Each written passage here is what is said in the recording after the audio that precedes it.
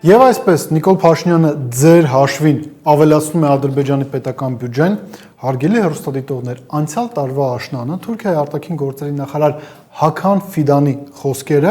իշխանությունները բավականին մեծ ոգևորությամբ էին ընդունել, իշխանական տելեգրամյան ալիքները, լրատվամիջոցները, փորձագետները պարբերաբար իրեն մեջ էին բերում, ինչը ասել Թուրքիայի արտաքին գործերի նախարարը, նա ասել էր, որ Ադրբեջանի եւ Հայաստանի միջև խաղաղության պայմանագրի ստորագրումը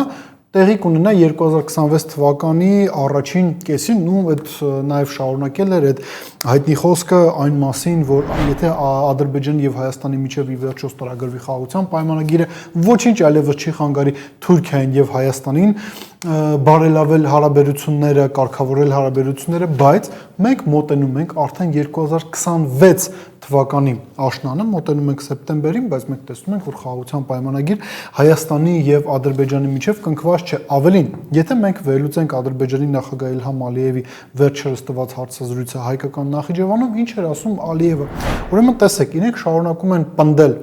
Սահմանադրական փոփոխությունների հետ կապված պահանջը, այսինքն դուք պետք է փոխեք հայերը, Հայաստանի Հանրապետության քաղաքացիները պետք է փոխեք սահմանադրությունը, երկրորդը մեծամորի ատոմակայանը պետք է փակվի, Ալիևն էլ այնքան բարեգութ է, որ ինքը պատրաստ է Ադրբեջանից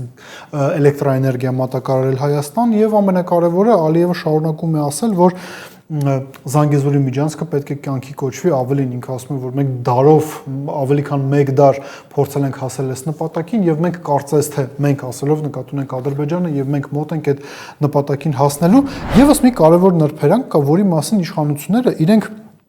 չեն ուզում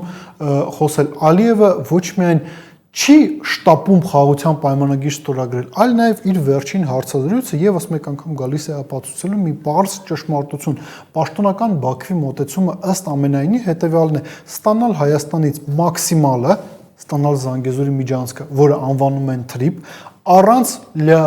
հավելյալ պարտավորությունների Բաքվի համար։ Ինչի մասն է խոսքը, եթե դու ստորագրում ես այսպես կոչված խաղաղության պայմանագիր, լավն է այն թե վատն է, այնուամենայնիվ որոշակի պարտավորություններ դու ինքդ քո վրա որպես կողմ վերցնում ես, Ադրբեջանը որևիցե պարտավորություն Հայաստանի Հանրապետության նկատմամբ չի ուզում ստանձնել։ Այդ իսկ պատճառով իրենք փորձում են ամերիկյան կողմը ներգրավելով գործընթացների մեջ, կապելով թրիպ նախագծի իրականացումը նաև հայ-ամերիկյան հարաբերությունների պոտենցիալ վատ թարացման հետ, իրենք ասում են, եթե հայերը կյանքի չկոչեն, իրենք խնդիր են ունենալու Վաշինգտոնի հետ, բայց ինքը Ալիևը որևիցե պարտավորություն իր վրա չի ուզում ստանձնել։ Այսինքն հասկանում ենք հետևյալը, իրենք ուզում են Հայաստանի Հանրապետության տարածքով ստանալ կոմունիկացիա, ուզում են մեծամորի ատոմակայանը փակվի, ուզում են փոխվի սահմանադրությունը, բայց իրենք չեն ուզում հավելյալ պարտավորություն վերցնել։ Եվս մի կարևոր նրբերանգ կա, սրա մասին էլ իշխանությունները երևի թե այնքան բարձր չեն ուզում խոսել, բայց իրականությունը ինչու՞մն է կայանում։ Տեսեք, այս տարվա ընթացքում Ադրբեջանի եւ Հայաստանի միջև տեղի ունեցող առևտրաշրջանառության արդյունքում, ուրեմն ադրբեջանցիները Հայաստան են վաճառել 17 միլիոն 372 հազար դոլարի ապրանք։ Միևնույն ժամանակ մենք Հայաստանի Հանրապետությունը կարողացել ենք Ադրբեջան վաճառել ընդամենը 960 հազար դոլարի ապրանք, տարբերությունը հասկանունք չէ, 960 եւ 17 միլիոն, այսինքն ադրբեջանցիները ինչ են անում, իրենք մի բան էլ իրենց պետական բյուջեի միջոցները ավելացնում են ի հաշիվ նրա, որ Հայաստանի Հանրապետության իշխանությունների թույլատվությամբ Հայաստանում որոշակի ապրանքներ են վաճառում, կրկին ասեմ, մի հատ հասկացեք հա թվերի տարբերությունը 960 միլիոն եւ 17 միլիոն դոլար։ Մենք նաեւ պետք է սրան ավելացնենք հետեւյալը։ Տեսեք, որտեղից է 17 միլիոնը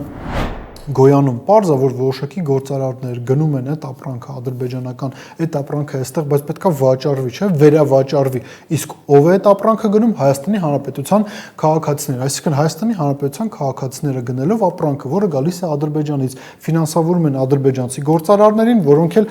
գումարներ են վճարում, հարկեր են վճարում Ադրբեջանի բյուջե։ Ու տեսեք, այստեղ ինչ եւս մի կարևոր նրբերանգ է գալիս, որքան աճում է մեր առևտրաշրջանառությունը Ադրբեջանի հետ, բայց ի օգուտ Ադրբեջանի, այդքան աճում է նաև Հայաստանի Հանրապետության պաշտոնական արտաքին եւ առհասարակ ամբողջական պարտքը տարբեր գնահատականներով, բայց հունիսի վերջի տվյալներով մենք կարող ենք ասել, որ Հայաստանի ընդհանուր պարտքը կազմում է մոտավորապես 13 միլիարդ 900 միլիոն դոլար։ Միայն անցյալ շաբաթ Հայաստանի Հանրապետության իշխանությունները կառավարության նիստի ժամանակ որոշեցին, որ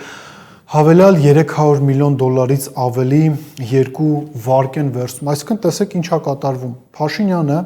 աշխարհաքաղաքական, այսպես ասած, խոզություն եւ տնտեսական խոզություն անելով Հայաստանի Հանրապետության քաղաքացիների նկատմամբ վերցնում է հավելյալ պարտքեր։ Փաշինյանական падգամավորներն ասում են, դե հետո ինչ պարտքը վերցնում ենք ու պարտքը հետ չենք տալիս, ինչա միջազգային բանկը զորք է մտցնելու Հայաստան պարտքը վերցնելու համար։ Չէ, զորք չի մտցնելու, բայց այս պայդորությամբ ինչա կատարվում։ Ինքը ավելացնում է պարտքը, այդ պարտքի շնորհիվ փորձում է քայլեր ձեռնարկել, որպեսզի տնտեսությունը շարունակի այսպես ասած շնչել, բայց ամեն պարտք, դա պարտք է նաև Հայաստանի Հանրապետության քաղաքացիների վրա, այդ նույն քաղաքացիները, որոնք նաև գործարարներ են, Ադրբեջանից ապրանք են գնում, վաճառում են այդ ապրանքը Հայաստանի Հանրապետության այլ քաղաքացիների վրա, ու ստացվում է, որ Հայաստանի Հանրապետության քաղաքացիների վրա Նիկոլ Փաշինյանը ավելացնում է պարտքը, այդ քաղաքացիներն էլ գնելով ադրբեջանական ապրանքները